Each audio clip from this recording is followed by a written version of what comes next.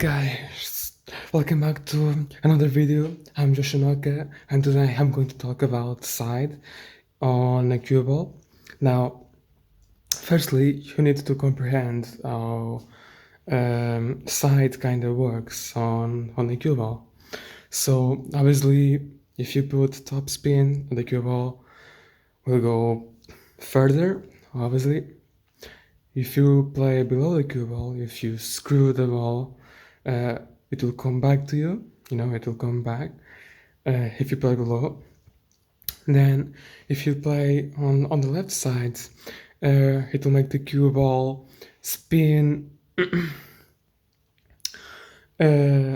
according to like in a clockway, like in a clockway, and that will make the cue ball, for example, going to your right whenever, for example, you try to screw while you try to apply some left side, some while you try to hit on the left side of the cue ball.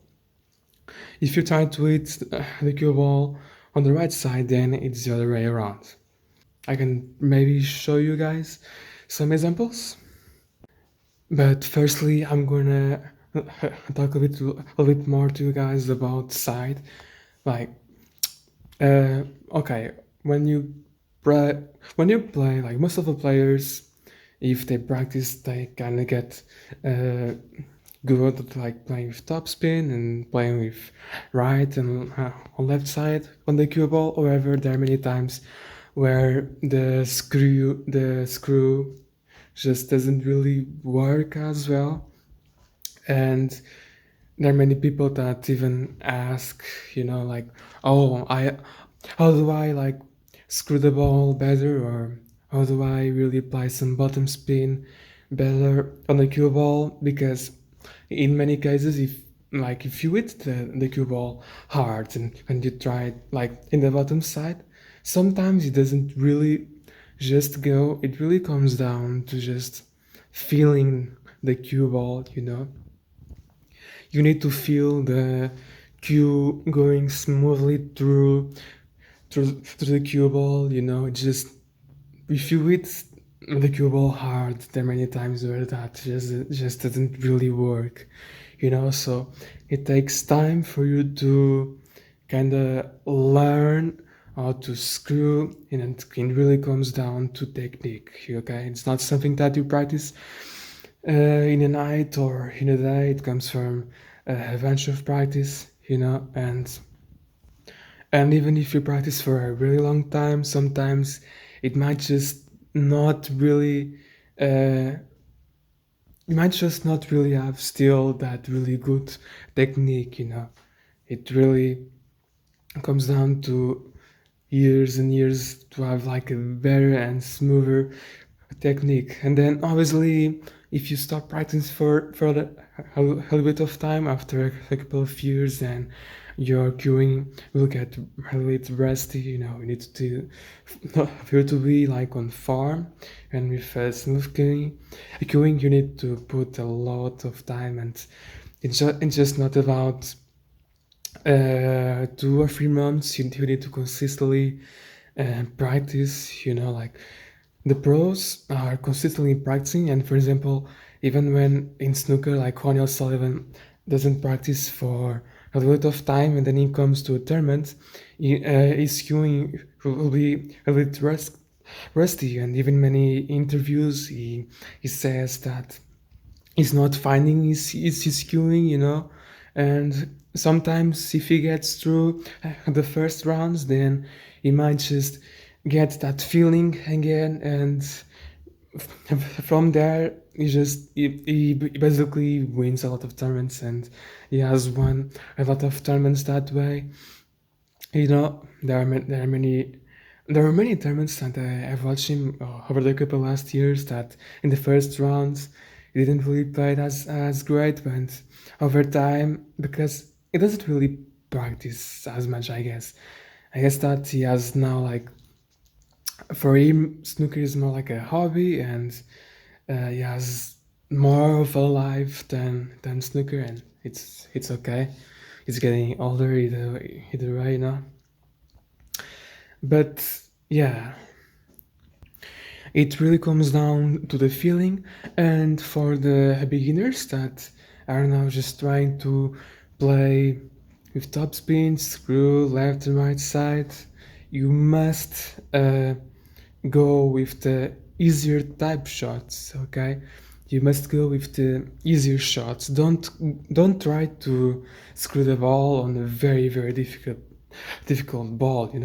Because it's it's artist like just like stay to the basics and dedicate yourself firstly to the easier pots, okay?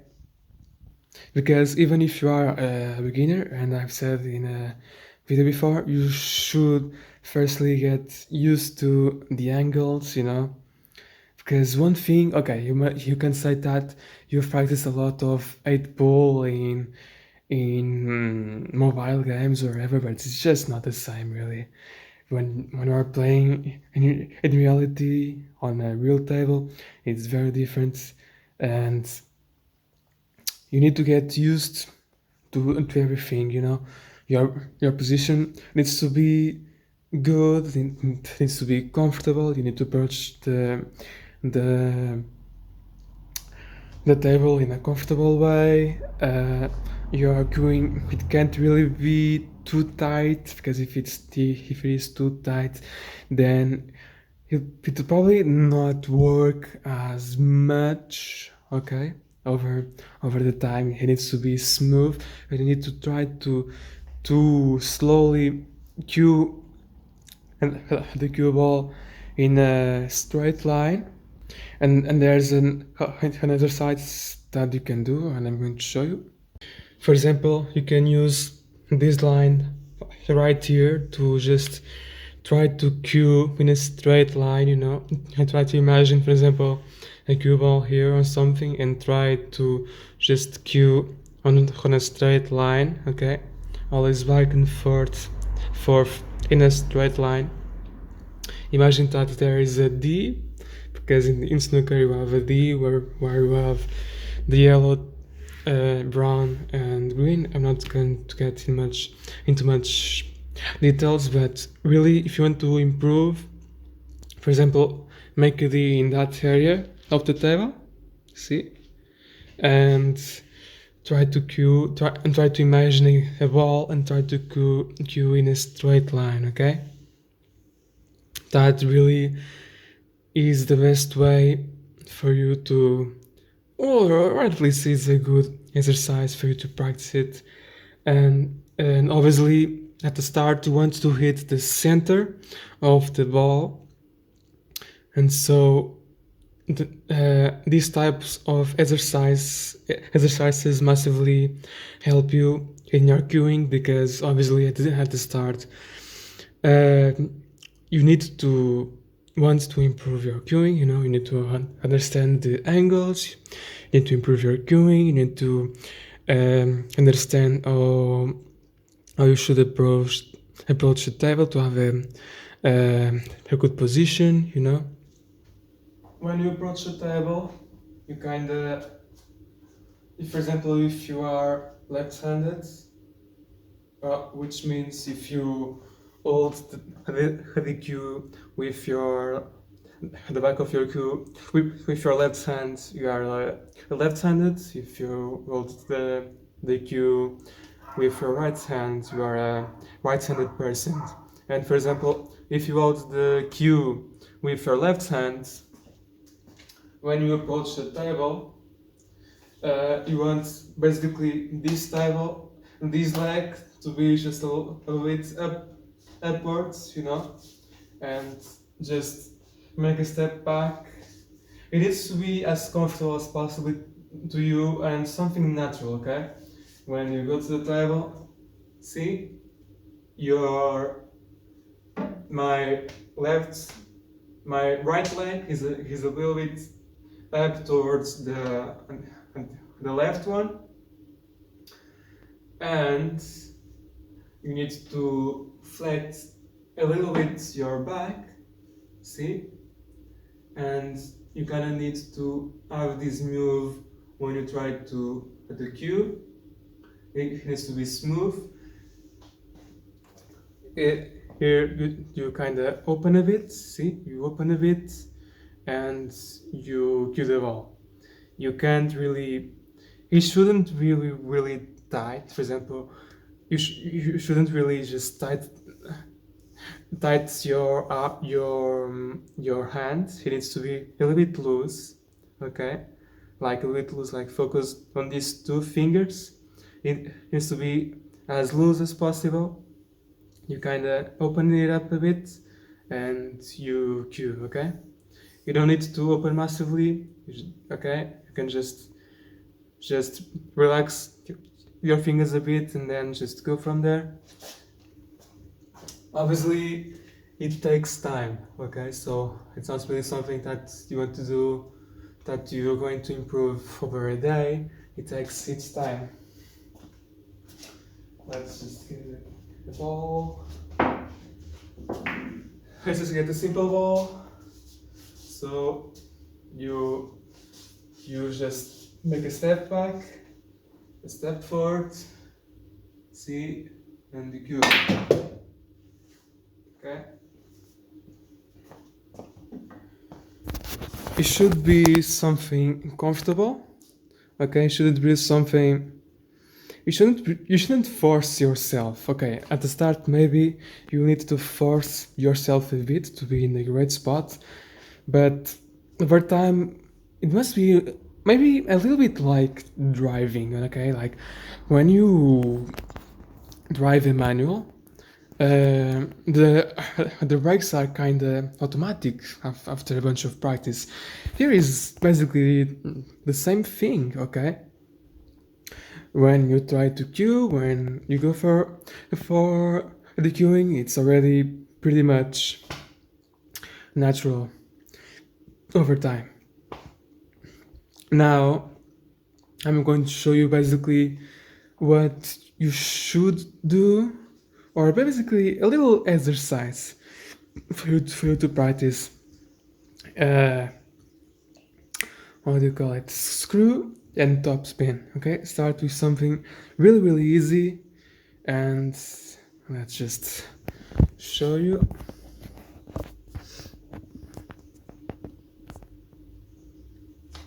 Is that good? A bit more towards here. Okay. Now, I try to use something really easy. For example, when you try to hit that ball, for example, when you try to practice some screw, try to move the cue ball towards the middle pocket, okay? And when you try to play with topspin, try to place the cue ball over the other middle pockets, okay? Something really basic, easy. Okay, when you begin, you try to work with things that are really easy, you know.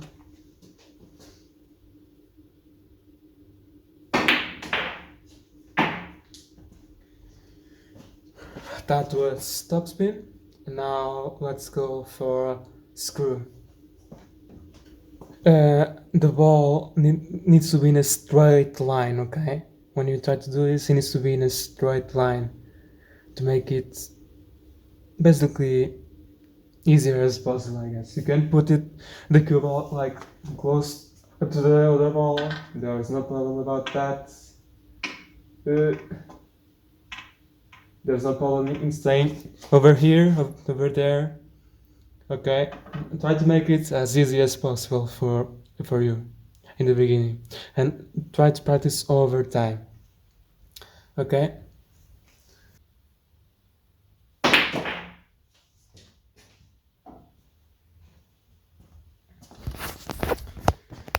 Now, obviously,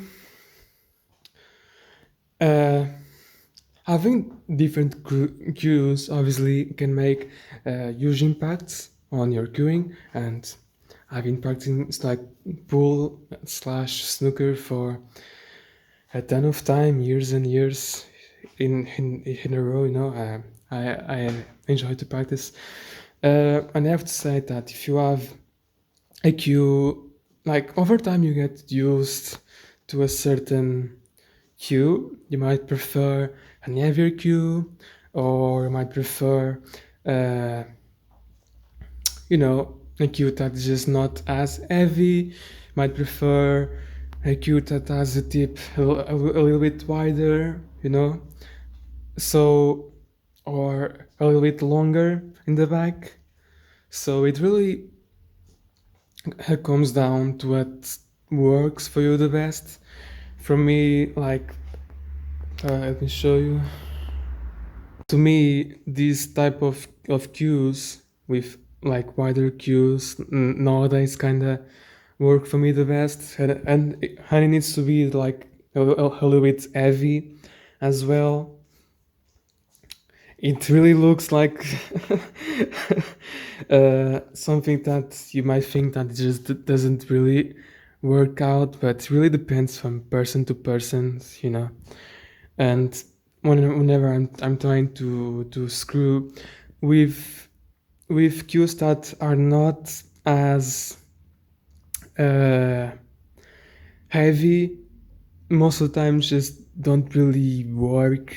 I prefer something a little bit heavy. So it really depends from person to person. If you think that you can kind of work a little bit better with an heavy cue, there's really no problem at all with it. Okay, if you think that that is not the cue that adapts to you the best, then just try many different cues and just go from there. I think that anyone can adapt to any cue, but if you are a beginner, obviously having a good cue will help you. But over time, you really can adapt to any cue, really. So either way, I hope you enjoyed this video. I hope you guys are having an amazing day and an amazing week. If you want, you can subscribe to this channel and turn on your post notifications, leave a comment and a like. I will see you next time. Take care. Peace.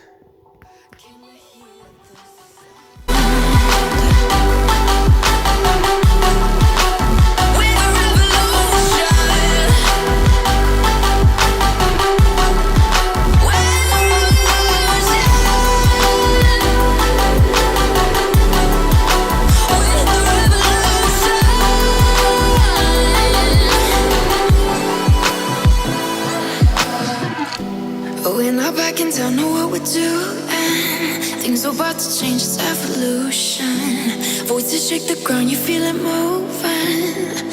We're the revolution.